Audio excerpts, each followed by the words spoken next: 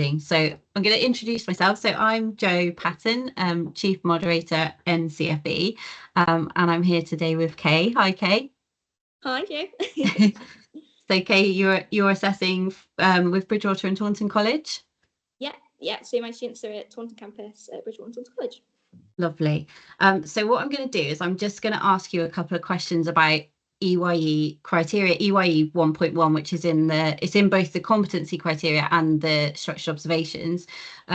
In particular, I'm interested in how you managed EYE 1.1 for your structured observations. And one of the things I noticed through my moderation visits was how you'd planned that quite well to capture the criteria in detail. So what I'm going to do is just ask you a couple of questions about how you did that, which will hopefully support other providers and assessors in their planning of that criteria. Yeah. So first of all, can you just talk me through how you structured the professional discussion for EYE 1.1?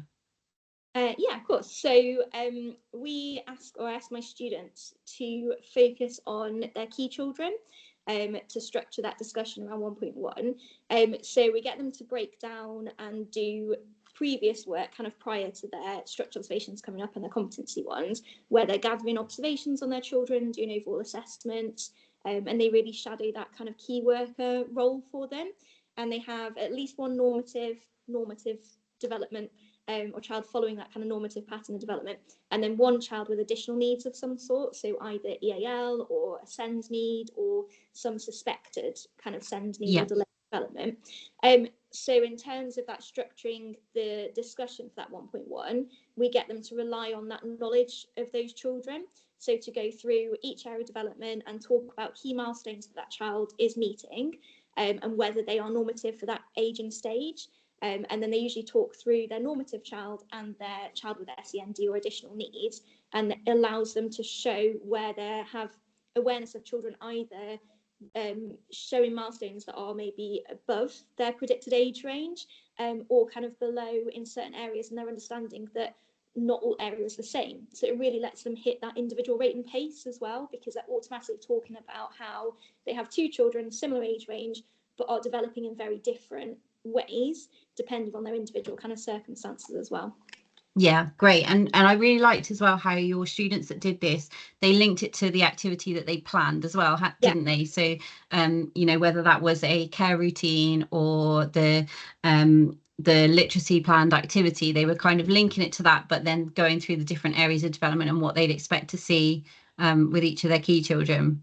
Yeah, definitely. So we always get them to aim their activity at their key children, whether they're expecting the key child to be in or not. We say plan as if your key child's going to be there, because you never know, sometimes they're off ill, but you can, and then it enables them to talk about the milestones that their children are working towards and why their activity supports those milestones. And it also allows them to then reflect that in their plans and, like you say, talk wider around that as well. The care routines as well, they often find it easier to meet it in terms of relating to how and the activity as well, how they might tailor it and change it if they're working with a younger age range, or some of them are able to talk about in their care routines, because they've known the children for a bit longer, how the child previously needed support in certain elements, and now they're able to demonstrate at a different level, and kind of they can see that progress being made. So again, it shows their awareness of where they've come from. And a lot of them that are in the preschool room as well, they talk about how they're showing that school readiness. They're encouraging them to go and get their own trays and scrape their food off. So again, it shows that they know what the next steps are in that kind of 5 to 7 age range as well. Yeah, excellent. And I really liked as well that with your students, by using this type of format, I felt that they're contextualizing it to the children they're working with, so it shows a greater depth of understanding. And as a moderator, when I come out, rather than if you have got a student that's just kind of talking through expected milestones, that's great, but actually relating it to specific children within their setting just adds that greater depth, which was really great to see. So did you do anything in addition to support your students to prepare for the criteria? Yeah, so like I say, kind of prior to that, we kind of support them all the way through the end of year one And all the way through year 2, we give them different tasks to be doing around gathering observation data. I do lots of discussion in class. We quite often start off our week where they've had time and placement, talking about what are your children doing this week? What were your kind of wow moments of observation? What's come up for the children you're working with this week? So they start to share amongst them. And again, I think that allows them to understand that breadth and depth as well, because then someone will say, oh, one of my EL children did this week and I was supporting them with this, and it was a wow moment because for the first time they were able to do X, Y, and Z. And then other students were able to relate that to the children they're working with as well and take ideas forward from that. So I think that ongoing knowledge and reminder of kind of what's happening with them, that they're having that ongoing ability to talk about their children in different areas of development helps.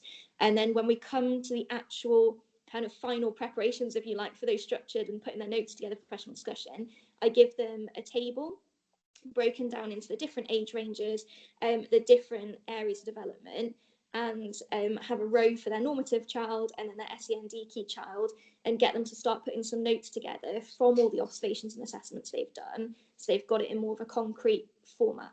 And I encourage them to not write it in full sentences, but just kind of use initials and maybe key examples of things they've seen their children doing, so that in the moment they don't kind of panic and their mind goes blank. Because I think with some students, they get nerves and they kind of go, oh, I know it, but it's not on the tip of their tongue. So it just helps them to be able to refer to, oh yeah, Elle, and she was doing puzzles this week, and it gets them started and they start to relax the conversation more. That's great. So I think we've already touched on, I had another question to ask you, which I think we have already touched on, but do you think that the format that you're using supports your students to further develop their knowledge of child development in any other ways? I think we have kind of covered that. Is there anything else you want to add to that? Yeah, I think it's just around that. Them as practitioners, I feel really confident, and I loved hearing their professional discussions this year, because I felt as practitioners they know their children inside and out. And I think that to me is more important than be able to reel off a list of milestones like perhaps they might have done in year 1 for the exams. That's different than being able to talk really in depth about their children and how they support them as well.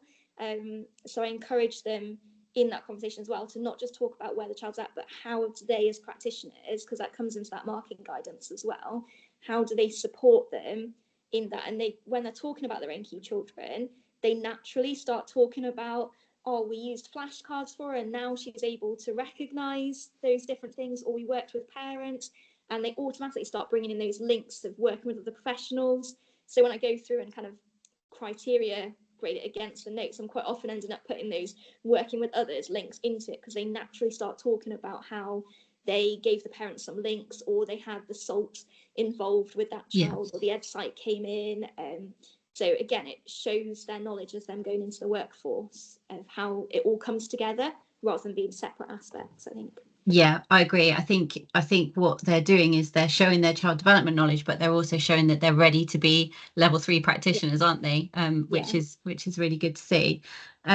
Okay, so then the only other thing I was going to ask you is, do you feel that the format you used for the PD for 1.1 was effective in terms of your students meeting the higher marks within the grading criteria? So for some assessors new to looking at this, looking at perhaps their students that want to achieve 3 and 4 marks, do you think it was effective in allowing your students to achieve this?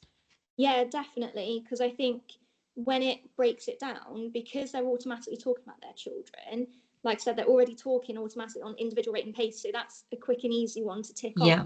They've automatically recognised that the children are different in the ways they develop. They've got that structure to make sure they cover every area of development. That's the one thing that I make sure they do in that table, to make sure that actually they're not missing areas of development. They cover that kind of full range.